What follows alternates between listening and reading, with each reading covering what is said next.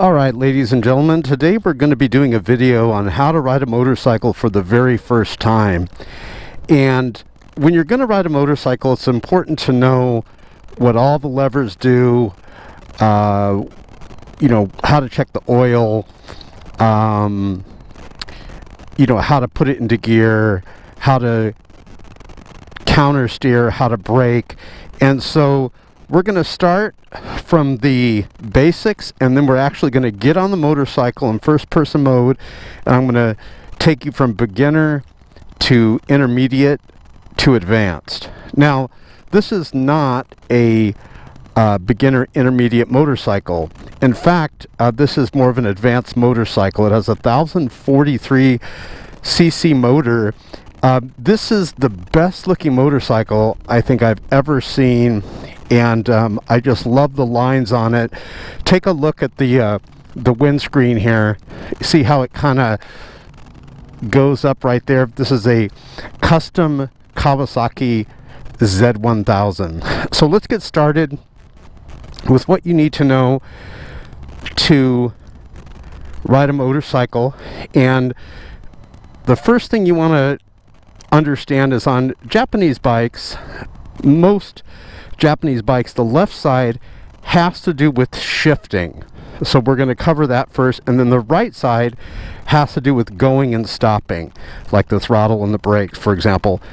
So let's start with the thing that confuses people the most is shifting right here. Now, the best way to describe shifting is rungs on a ladder. You know how you have steps on a ladder as you're climbing up and down the ladder? And your foot will be underneath here when you want to shift up the rungs on the ladder, so to speak, and then you'll put your foot on top. Your toe will be touching here and your heel will be here, and you'll be clicking down to shift down the rungs of the ladder. So just like a ladder, how you go first step, second step, third step, and you're going up and down the ladder, you will always be going up and down the shifting ladder. Now, most Japanese bikes, first is here, neutral is here. So if you kick up from first, you'll actually hit neutral, and then second is here. So on the streets, you'll be living a lot of your life between those gears. You'll be putting it in neutral from second, and then you'll be putting it in neutral from first. So let's talk about that first, because that's what confuses people a lot. So let's say you're in first gear, and then I'm going to show you in real life when we get on the bike, and you do a slight tap up, your toes here, and you do a slight tap up. You'll feel like airspace. You won't feel metal. That means you're in neutral. But if you were to do a full tap up, you'll hit metal. You'll feel like it hitting metal, going into gear, and you'll be in second. So let's say you're in first. You can't kick down anywhere from first. You'll just hit and it'll be solid metal as you're hitting. There's nothing there. But if you were to put your toe underneath and do a slight tap up, you'll be in neutral. We'll show you that. And if you're in second and you were to do a slight tap down, you'll be in neutral. So from first, a slight tap up will put you in neutral, I should say. And from second, a slight tap down will put you in neutral. So let's say you're just going to go all the way up the gears. You're going to get on the freeway. You're going to go first, second. You'll just kick up all the way up to second. You won't do a slight tap. Then you'll do third. You'll kick up to third again. And then you'll do fourth, and then fifth, and then sixth. Now, you're not just going to be kicking up and down that ladder. You'll be releasing the clutch lever as you go. Now, if you're in sixth and you want to go to fifth, notice you're just going to put your foot here and tap down, and you're in fifth, and then fourth, and then third, like that. Sometimes you'll be in third and traffic will start going, so you'll kick up to fourth again. You cannot go from sixth to first or sixth to second. You want to always be passing through those gears. It's easier on the motor, it's safer. That's why they designed that. So let's talk about shifting. You're on the motorcycle and you want to go into, well, let's show you. Show you here.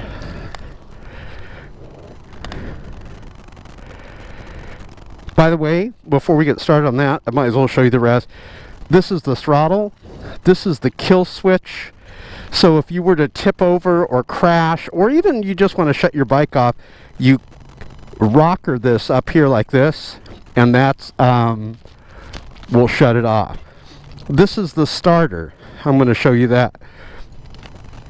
Here you have like the brake reservoir. Some guys will get these little socks for them because this gets really hot with the sun on it. We have a Krapovic exhaust, so notice we have the Krapovic reservoir sock. Then you have the dashboard. We'll show you that in a moment. You have the horn. You have the turn signals. You want to turn left, you're going to click here left, and it'll continue to go till you push in. If you want to go right, you're going to push here right, and then it'll continue to go on and blink until you push in. You have regular lights here and then brights here. If you hit this rocker switch, you'll be on brights. This is the front brake here. We'll get off over here. This is the rear brake here. Okay, so you're going to have your heel here. Your foot will always stay the same like this. You're not going to be putting it underneath like on the gear shift lever over there. So your heel will always be here, and you'll be putting your toe down to brake. This, remember I told you the right side's going and stopping. This is the front brake here. You'll just squeeze like this, and that will engage the front brake. Most of your stopping will come from the front brake. We're going to show you how to brake. You're not just going to pull it back and jam the brakes on. You can flip the bike actually over yourself. This is the throttle. Notice you twist back, and that will put more fuel into the motor, and you'll go faster. We have our rear pegs here for a passenger. This is the oil glass right here. Let's see if I can show you. Right here.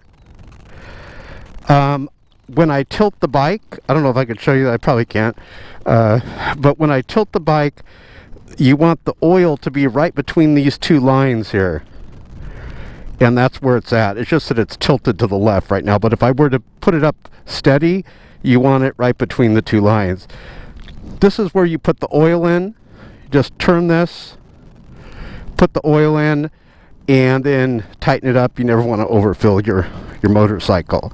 Now, over to the right side here, this has to do with shifting, so we're going to show you that. You want to find a parking lot like this to practice on. So when we're shifting, here's what we're going to do. Let's say you're in third gear and you want to go up to fourth.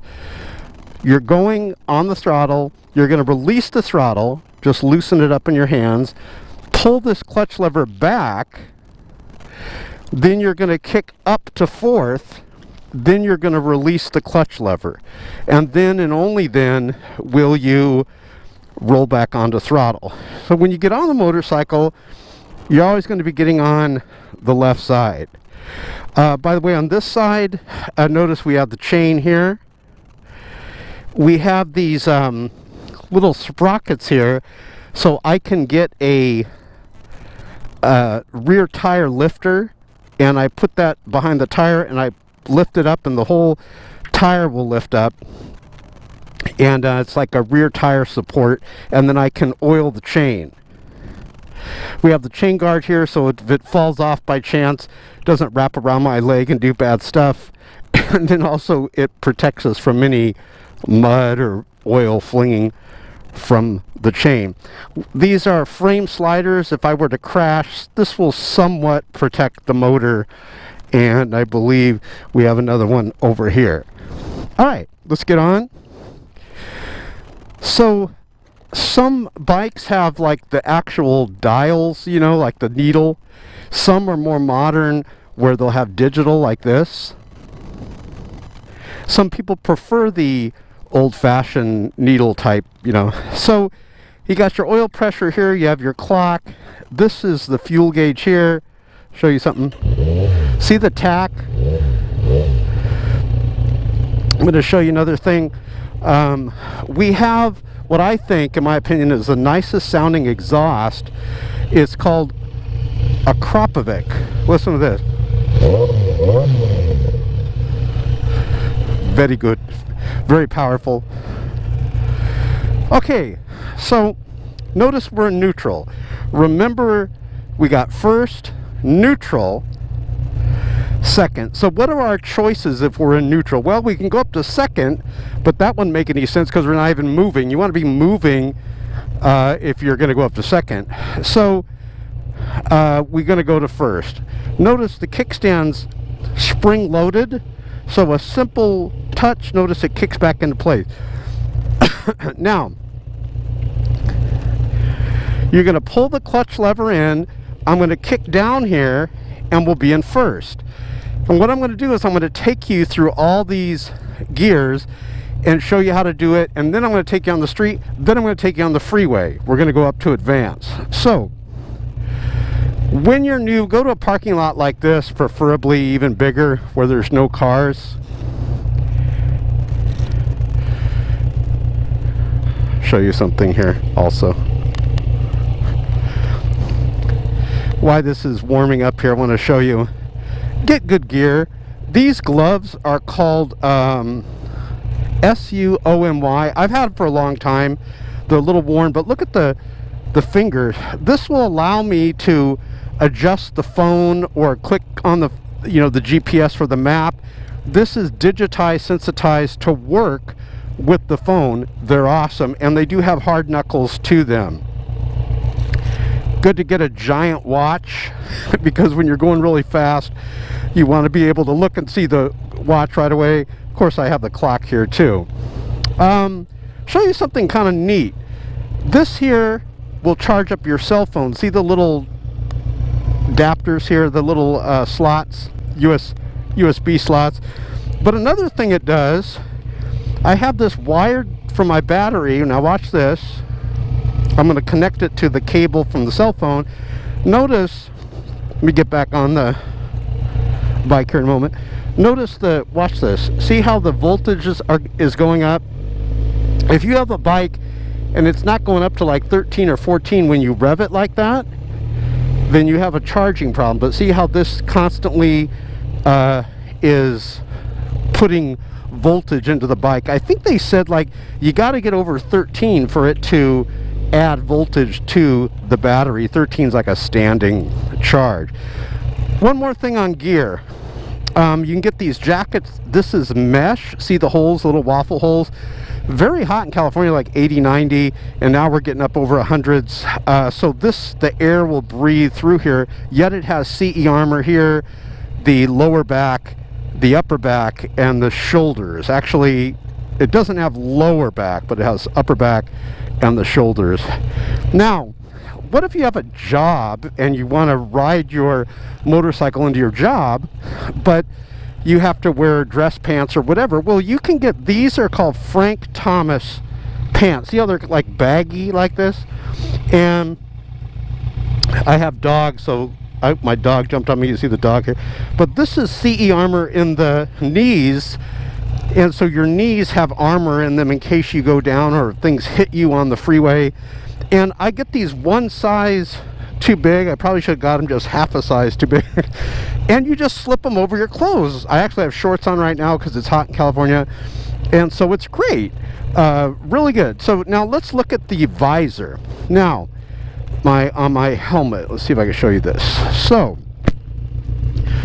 here's the clear visor, but then when I lift up, see how there's a dark visor within there.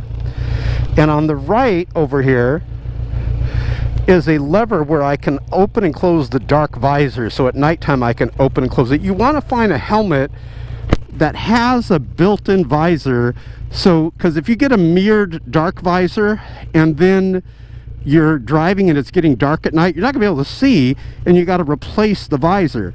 But with an internal visor, you can just drop it up and down like the fighter pilots. Okay, I keep saying I want to get on the bike, but I keep thinking of another thing. Get a good magnetic tank bag. Best ones are Joe Rocket. I really like those, very strong magnets.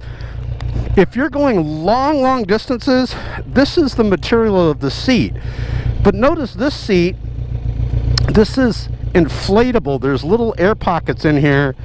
I don't know what brand name this is, but this is great. And I want to show you. I unzip this. There's a little valve here, and it comes with this little pump. very easy to pump it up, like, 10 seconds. And you turn this valve and you pump it, and it gets air in it, and it's like you're riding on a cloud. It's awesome. All right. So you're going to go to an area like this. You're going to practice. First thing I got to teach you when you're new, keep the handlebars straight when you're coming to a stop. Everyone's done this. I've done it too. You come to a stop and when you're new and your handlebars are turned like this, and when you brake, notice the bike's leaning to the right, because when I brake, the wheel's like this, and so like the weight will lean to the right or to the left. And these bikes are very heavy. It doesn't seem like that when you're on it because the weight is evenly distributed, but you want to go ahead and excuse me, my allergies. You want to go ahead and keep those handlebars straight. So when you're new, pull the clutch lever in, go into first. Notice we're in first, the neutral light is out. Take the clutch out. See how it's starting to move forward? Then give it a little bit of throttle. Hold on. Give it a little bit of throttle when you're in first, like this. Hear it? And then slowly let the clutch out while continuing to give it a little bit of throttle. Watch. Clutch coming out. Clutch is all the way out. It's harder to go slow on a motorcycle than it is to go fast. So don't put the brake on right now. See how I'm going around this corner? Don't put the brake on when you're going around the corner.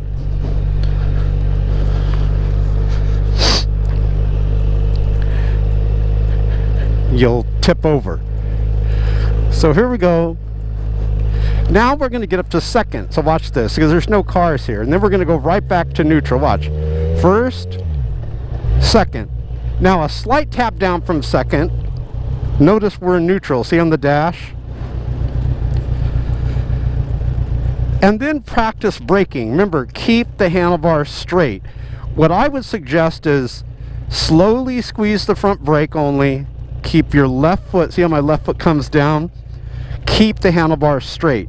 That's going to be the main things why people crash is, they're in gear and they're going too fast on the throttle, and then they try to brake because they panic and they hit the brake too hard and the handlebars are crooked and then they crash. One of the best things, two of the best things that will help you to not crash is, watch this. If you are getting into trouble and you're like, oh my gosh, what gear am I in or whatever, just pull the clutch lever in, squeeze the brake slowly, and notice we're still in gear. See that? Then slight kick up, we're in neutral, and then and only then can you release the clutch lever. One of the things that will save you, just pull this clutch lever in. If you're messing up and you're getting in the wrong gear, just pull this clutch lever in. It's almost like you're in neutral as long as you have that clutch lever pulled in. Now, I strongly suggest if you've never ridden a motorcycle,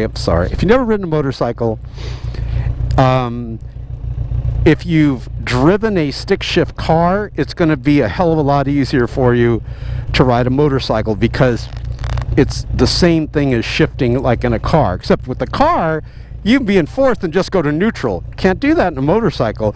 Remember, you're always going to pass up and down those gears.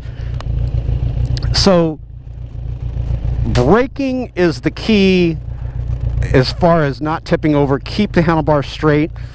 What I like to do, if I'm coming around a corner and I have a light, like a traffic light, and I'm coming around the corner, I'll come around the corner and then I'll keep the handlebars straight, then I'll brake. Okay? Sorry about my allergies. So here we go, watch. We're in first, slowly give it throttle. You're going to do this a bunch of times while you're letting the clutch out. I mean, don't let the clutch out too slow. So now we're going to go out on the street. Can we go out this way? Okay, good. Now watch my handlebars. Clutch lever in. Keep the handlebar straight. Notice I'm braking. See that? We're going to do a little bit more shifting. Give it some throttle. Clutch lever in. Make sure there's no cars around when you're new. and you're driving out there. So watch this. First, I'm going to release the throttle, clutch lever in, kick up to second, release clutch lever. Now I'm in second. See that?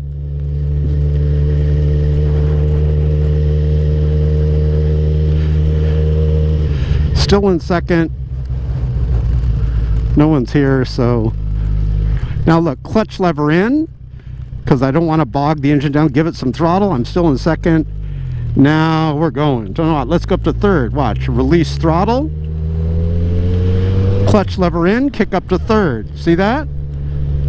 Now we're going to get on the freeway, and hopefully you can hear me. I have the sound optimized where you can. So we're in third, right? See the red light? So watch this. Release throttle. Kick down to second. Now I'm in second. Now watch. What's a slight kick down from second? Neutral. See how I'm just coasting up to the light, and now I've got my feet down. So the freeway's up here. Let's see. Sometimes I'm able to catch the... Let's see. Here we go. Okay, watch. Release. I'm doing it slow so you can watch. Release the throttle. Release the clutch lever, I should say. Release throttle. Clutch lever in. Kick up to second. Now watch, we're in second. Watch this. Clutch lever in, slight kick down, we're neutral. And left foot goes down. When you're going slow like that, you can literally, just use the front brake. Okay, so now we're going to be getting on the freeway, and I'm going to tell you something. I've ridden a 250, a 500, a 600, 1,000, and now I have a 1,043 motorcycle dude right here. I think he's on a 6. And I like power on the freeway. If you're on the freeway, you're going to feel a lot safer. He went straight. You're going to feel a lot safer on the freeway with more power. Now, as a rule of thumb, if you're going to get on the freeway, I wouldn't get less than a 500. If your freeways hit 80 miles per hour or higher. Where I'm at in the mean evil freeways of California, guys, they'll hit like 90. They'll be going 90 by a cop, and the cop doesn't do anything. It's like out here in Southern California, they go very, very fast. I mean, most of the time on these certain areas, the cop won't do anything. They're going like 90. Okay, so while we're sitting here, one of the things is you want to get earplugs for your ears, like those little sponge earplugs. See if it's our turn yet. Because when you get on the freeway, it gets very, very loud. A good helmet to get is a Scorpion EXO 500. That's what I have. Notice it's high vis. It has the internal visor. It's very quiet on the freeway. You can get them like brand new, like $100 or less on eBay. So I'm going to move up a bit. Because these people behind me maybe will trigger the light. Okay, so on the freeway, I would like to say, because we're going to be getting on right when we turn here, we'll be getting on the freeway. Speed is life. The fighter pilots have a saying, speed is life. There's two things that I like to compare about being a fighter pilot. They also talk about situational awareness, where if you're flying, into battle, there's an enemy jet to your right. There's one below you, below 5 miles below, and you have the situational awareness. So when you're on the freeway, somewhat like that, you want to always be thinking, okay, there's a semi on my right. There's a car riding me like really close on the left. Okay, we'll go next. So you want to have situational awareness. So if something happens, if a couch flies off, a truck, if a car gets a flat tire and spins out in front of you, you have a situational awareness where hopefully you can escape. So what I'm going to do now, I'm going to show you the epic power. I'm not even really going to go full throttle. I'm going to show you the epic power of the Kawasaki Z1000, as you guys in Britain say, in the UK, Z1000. And it looks like it's turning red right there. Is it our turn yet? For God's sake. No. Couple of things that have happened to me, and you just can't avoid them, is you're going to see things like on the freeway, metal objects, rims of vehicles, different things that you better watch out for. Okay, here we go. Watch this. Second.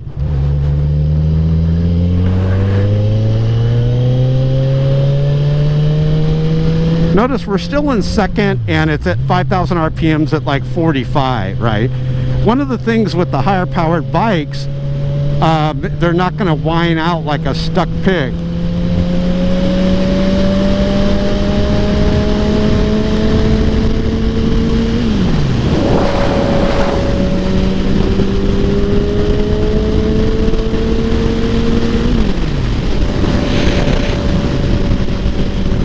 Now, we're going to go all the way up to 6th gear, and I want to tell you something about your death risk on the freeway. Good news and bad news about the freeway. First, the good news. The good news on the freeway riding is you have a smaller percentage of crashing on the freeway than on the roads. Why? Well, notice we're just going straight. Nothing you got to do. You just hang on. That's it. Optimal gas mileage, and believe me, this thing sucks up gas. But you have a higher fatality rate. Now, I want to show you something that's awesome about when you get like 1,000 or higher cc motor. Other bikes, you got to downshift in order to get power. Now watch as we get around this vehicle in front of us. Here we go. And we're in 6th gear. Watch.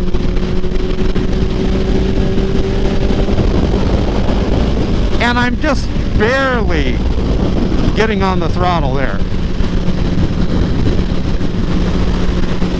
So one of the things that I'll tell you on the freeway is you do want to wear good gear like this. Notice I have the Frank Thomas pants, because you'll be riding and nails will pop up and hit you.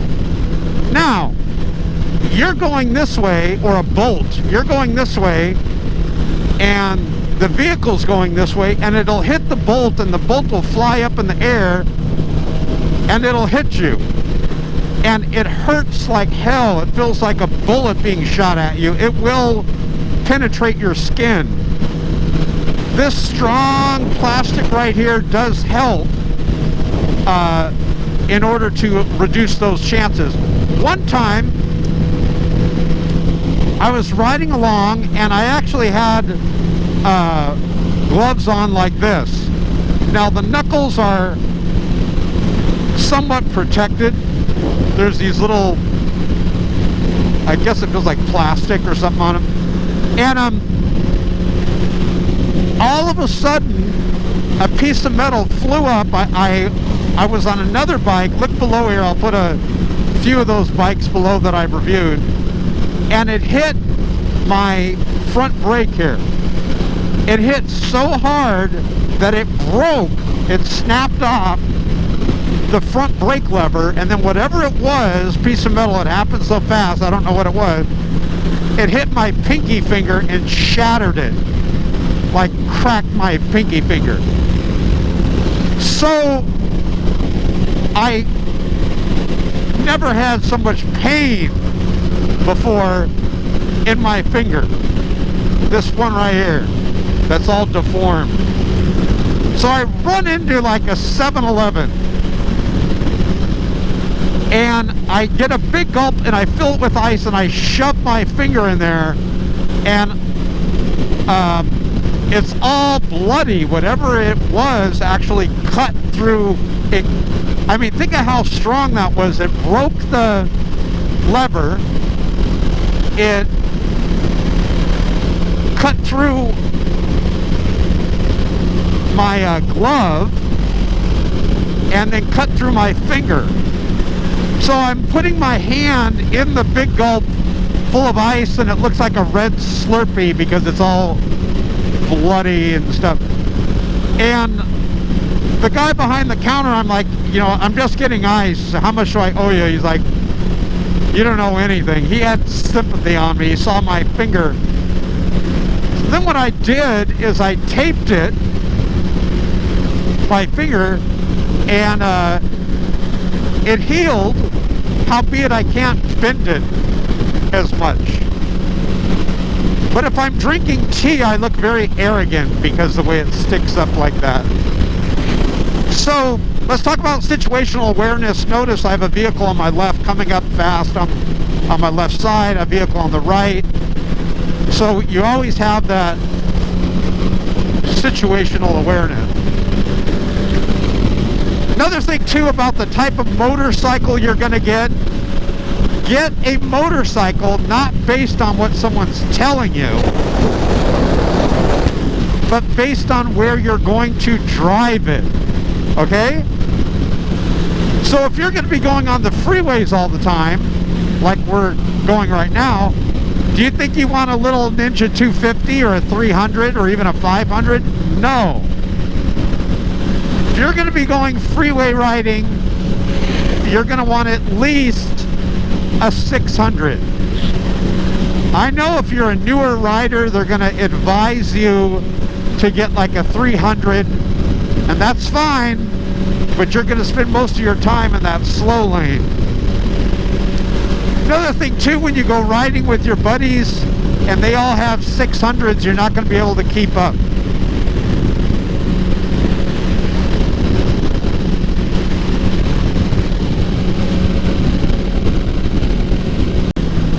Now, let's talk to you a little bit about counter steering. I'm going to see if I can give you some right here.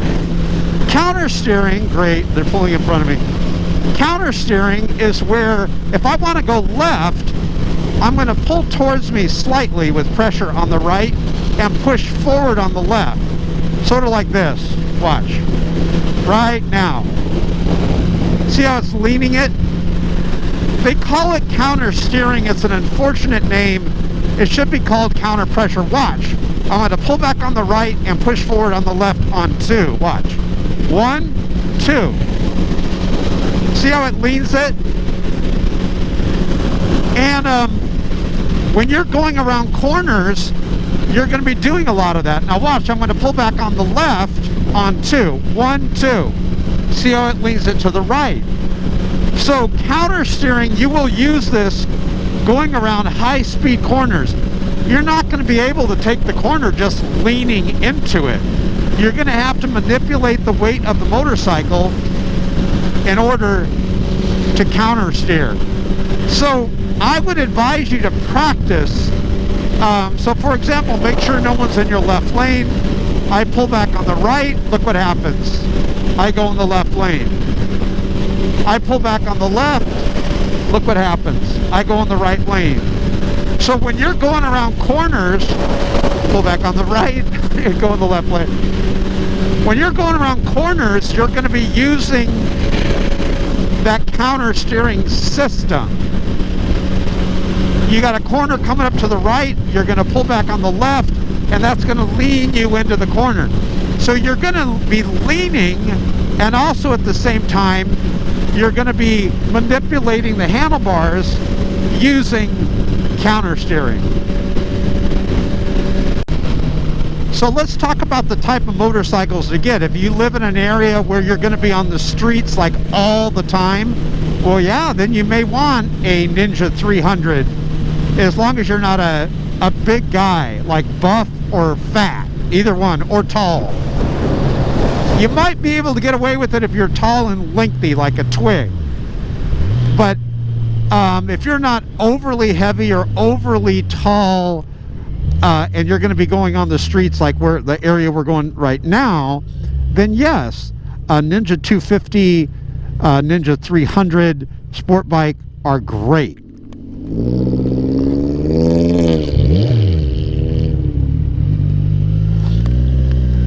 Now, let's talk about if you're in the wind.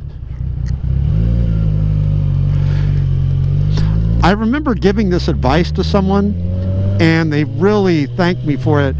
If you live in a windy area, this old Corvette, if you live in a windy area, a great motorcycle, and it's low to the ground, and it is a sport bike, is a Suzuki Katana. The Suzuki Katanas are very comfortable. They've got power. You can go on the freeway for like long periods of time and you won't get tired. They're just great if you're on a windy area or you're going to be going long distances. One of the cool things about the Katana, it's got a reserve tank. So let's say you're driving and you don't know, should you gas up or not, or should you try to make it before you get to another gas station. If by chance you do run out, there's a little dial on the left side and you just turn it and it taps into your reserve tank. It's awesome. Now, see this bike right here on the left? What do you notice about it besides it's not a sport bike? Notice there's no windscreen. You will be surprised how these windscreens really help. They really help a lot.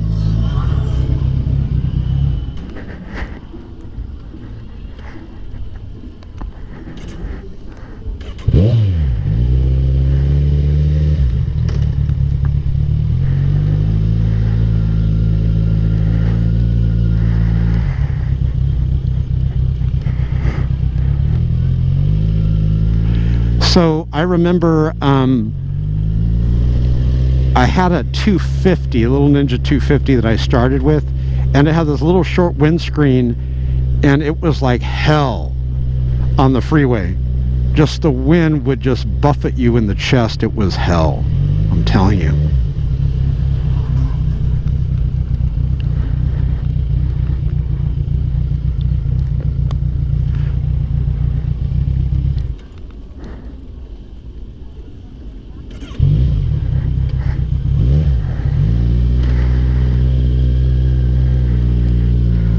Got to get one with the windscreen. Now, if you're going to be going like in areas like this where it's real busy, you don't need a bike like this. But if you're going to be going like in the twisties, long distance mountain riding or whatever, yeah, you're going to need something with some meat on its bones.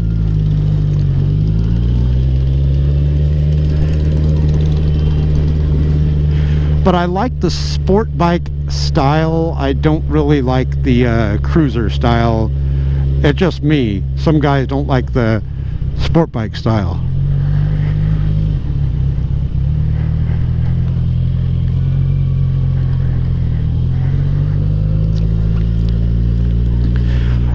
If you're going to be doing short stints on the freeway, then you can get away with it like a Ninja 250.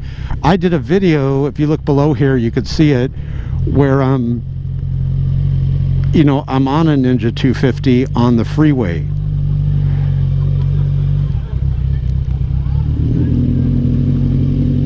And it's pretty good.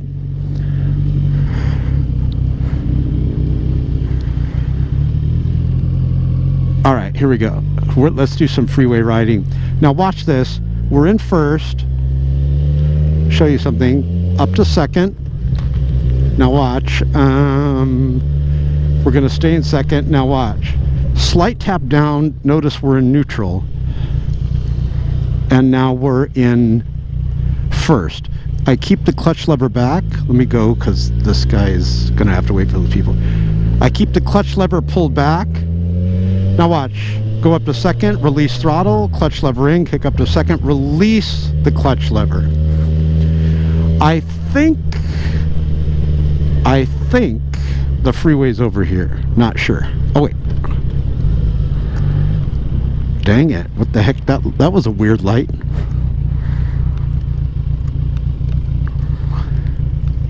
Look at that car. Nice. Some other bikes I'll tell you about. There is a SV1000. This is a V-twin sport bike. A lot of these sport bikes, they're inline, so the motor's real smooth, right?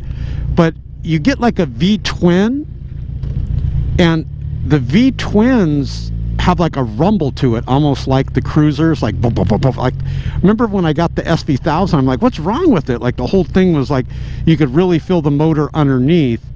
But you know, a lot of people like that.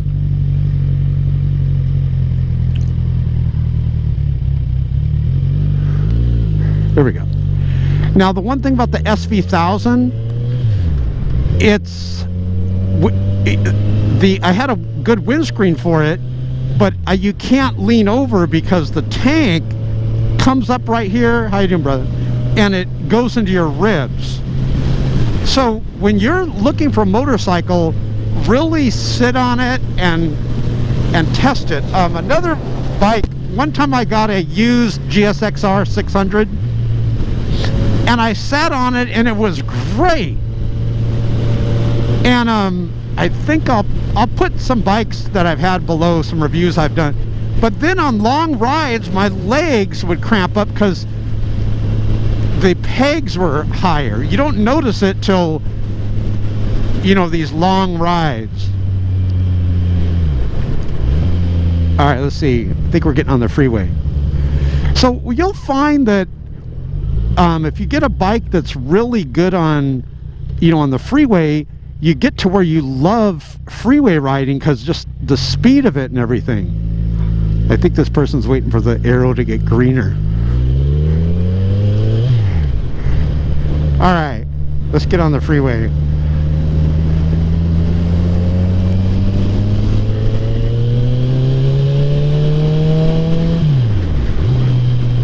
I think this is it right here. Another thing too is once you get a bike that I think this goes on the, both lanes go on the freeway. That's weird. I saw this lane, but it doesn't look like. Once you got a bike with, you know, that has some power to it, it's like you don't want to go back, you know. I remember I went from a 250 Ninja to a ZX10. It was like an old school ZX10, but if you want to see it, it was really funny. I pulled up next to this cop and I'm like, are we going to race? And he's like, yeah, and I'll give you a ticket afterwards. I got that on video.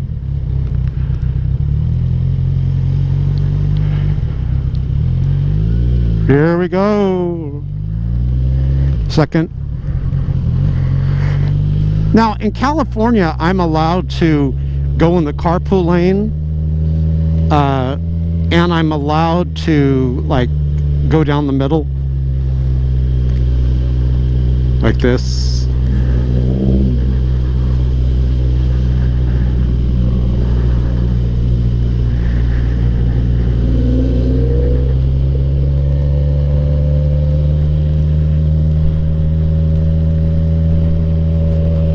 So we'll do a little lane splitting. So this is lane splitting. It is legal, howbeit not for the faint of heart.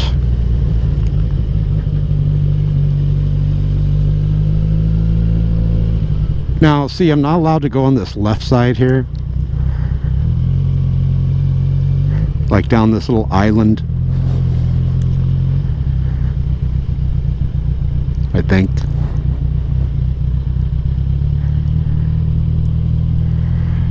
I think I can do this though. Let's see. See, these big bikes can't really do that as well. So some states, I don't know if what other states this is legal in, the lane splitting. this is what you'll crash a lot. Because here's what's weird. It's legal, but it's not really, you know, one of the safest things to do in the world. And just because you have the right of way doesn't mean that people aren't going to pull out in front of you. Especially these guys that fly through the lane, they'll just fly through it. You know, like they'll go through this like 40 or 50, and that's kind of a technicality where it's not really legal, because you're supposed to be able to lane split in a safe fashion. So the cop has the right to write you a ticket. Of course, the judge has the right to rule against you, but the cop can say you were not doing it in a safe fashion. So, have you guys ever heard of MSF school? It's a great class. I went to it, Motorcycle Safety Foundation class. And basically, you sit on these little 250 motorcycles, Ninja 250s, Honda Rebel 250s, and they teach you in a parking lot how to ride.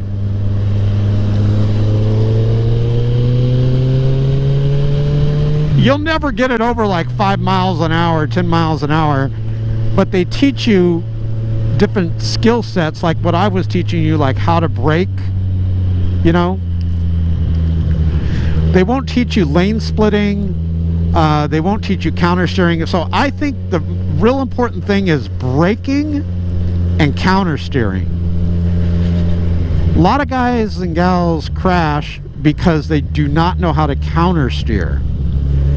And they're going around a corner. I'll see if I can show you some counter steering on this freeway on-ramp. So they're going around a corner and they're trying to lean, downshifting here. They're trying to lean through the corner. Look at these bolts on the... I don't want to get my leg stuck in that.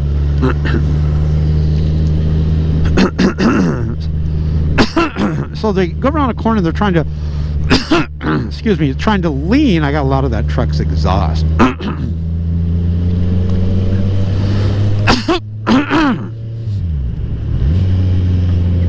And they can't make the lean.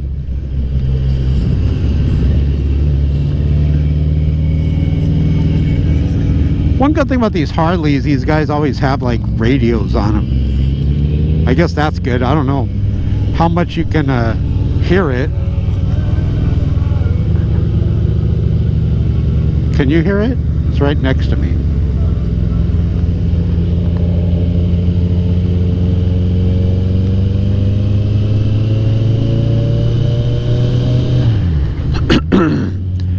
When do you shift? So notice I'm really low here at like 2,000 RPMs.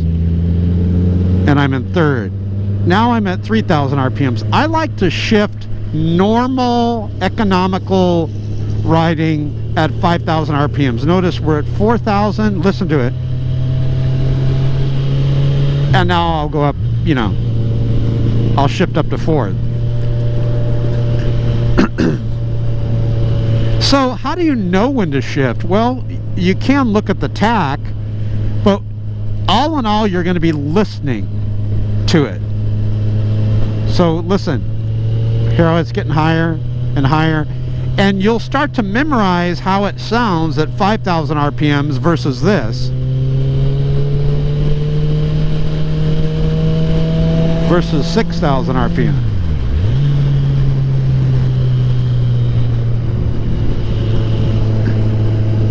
So, if you really want good fuel economy, I don't know if that's important to you, but if you're going long distances, around 3,000 RPMs, notice, let's see if I can keep it there. So it's up to 4,000, I'll go back up. It's back down to 3,000 RPMs. You get a little Ninja 250 300, you're going to be up there at 10,000 RPM like all the time, just to get some power out of that sewing machine motor. With this bike, it's the opposite. I got to be watching like that I don't run it in too high a gear because it'll bog down. It wants to be ridden in the lower gears. So let me tell you something else, not to bash Yamahas. So I've had Yamahas, and I don't know what the hell it is with the Yamahas. The stators are always going bad. I don't know if it's the way the computer, the ECU is designed or whatnot, but there's something. It doesn't happen with the Kawasaki's. I'm at 13.8 volts, right? But every Yamaha I've had, I start having stator issues, and the stators are friggin' expensive. You go to the dealer, they want almost like $1,000 to put that stator in, the Yamaha dealer. So Kawasaki's have been very good to me. I know Yamaha is like basically the winner on the race circuit, you know, but when it comes to real life application of riding a motorcycle, Kawasaki's have been very good to me throughout the years. Kawasaki, then Suzuki. Now, another thing too I want to tell you, this is fuel injected. We didn't talk about that. They have carbureted motorcycles, for example, like the Katana that I had, carbureted. The R1 that I had, fuel injected. So with carbureted bikes, even they have some R1s that are carbureted. I've ridden an R1 before that was carbureted, and that thing was powerful. Some guys actually like the carbureted better than the fuel injected. But with the carbureted bikes in the morning, sometimes, all right, here comes our lane splitting. I mean our counter steering. We're in 6th gear. Sometimes there's this little lever, you gotta choke it, open it up and choke it till it warms up, and then you pull the choke back. This bike does not have anti-lock brakes. A lot of the modern bikes have anti-lock brakes. That's wonderful. That solves a lot of the issues on braking. But braking and counter steering are the main things where you can crash if you brake wrong.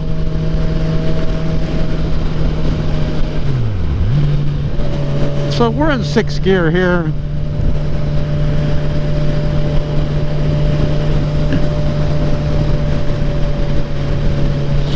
Another thing too is always check your oil on your motorcycle. These are little motors, even this motor, compared to car motors.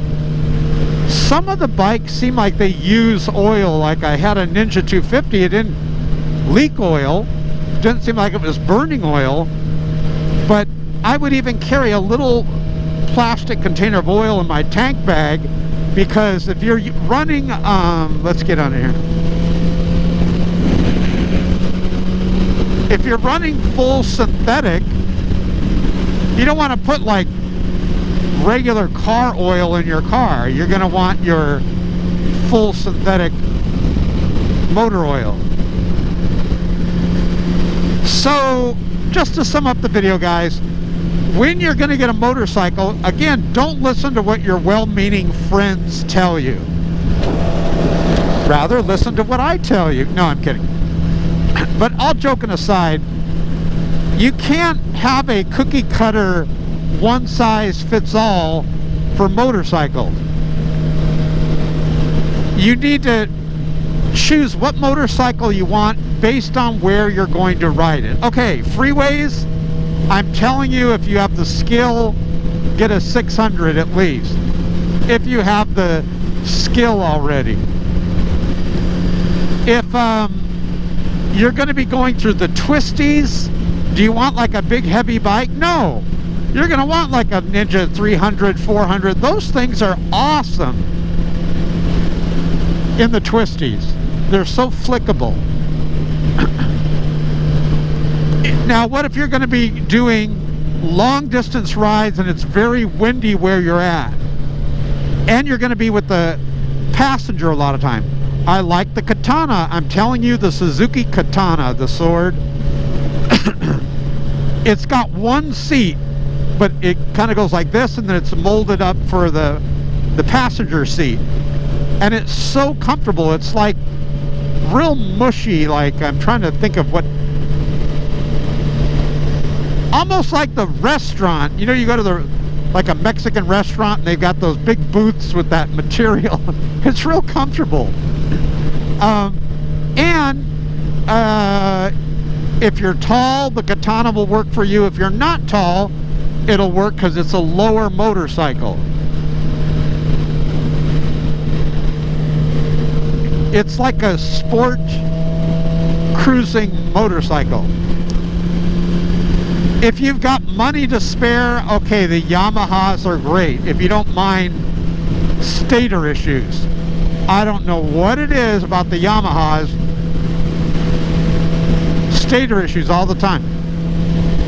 I was walking the other day and I had my helmet and I was going to my bike, and another guy was coming in the store, and I said, "Hey, what are you riding?" And he's like, "Yamaha R1. Oh, nice." I go, "Now, I had a R1. Do you have any stator issues?" He goes, "Yeah." Is it like, you ever notice you'll be at a light and the person will be revving the motor? You know, have compassion. They're not doing it all the time just to sound cool. You notice the voltage, see how it's like 13.8 as we're going? Well, sometimes you'll get to a light, and especially with the Yamahas sometimes, and your voltage goes down real low because you're not running power through it, you know. And so when you rev it, the voltage will go up more. And so they're revving it so it's like putting some juice into the battery.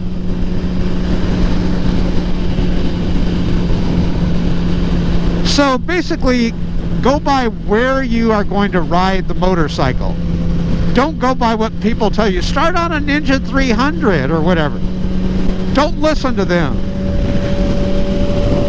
Here's what I would say is, okay, where are you going to be riding it? Let's say you say, I'm going to be going to college or your job, and it's 10 miles on the freeway. Fine. A 250 or higher will get you there. It's only 10 miles. But if you're going like 80 miles, 60 miles, and you're on a 250, 300, you're going to feel like you walk there. Especially in the strong winds. Another thing too, it takes a while for you to go from 40 to 60 or 60 to 80, like if you're switching gears. It doesn't have, like if I go like this, see how we're gone. It doesn't have that on those bikes. So when you got a semi going way over the speed limit, barreling down on you, you're going to want something with some meat on its bones that can get you out of trouble. It's not just that well, the Ninja 300 will go 80, yeah, but it takes longer to get there. And I'm telling you, you're going to feel safer on the freeway with something with some meat on its bone. What if you're going to be going streets all the time? Like all the time.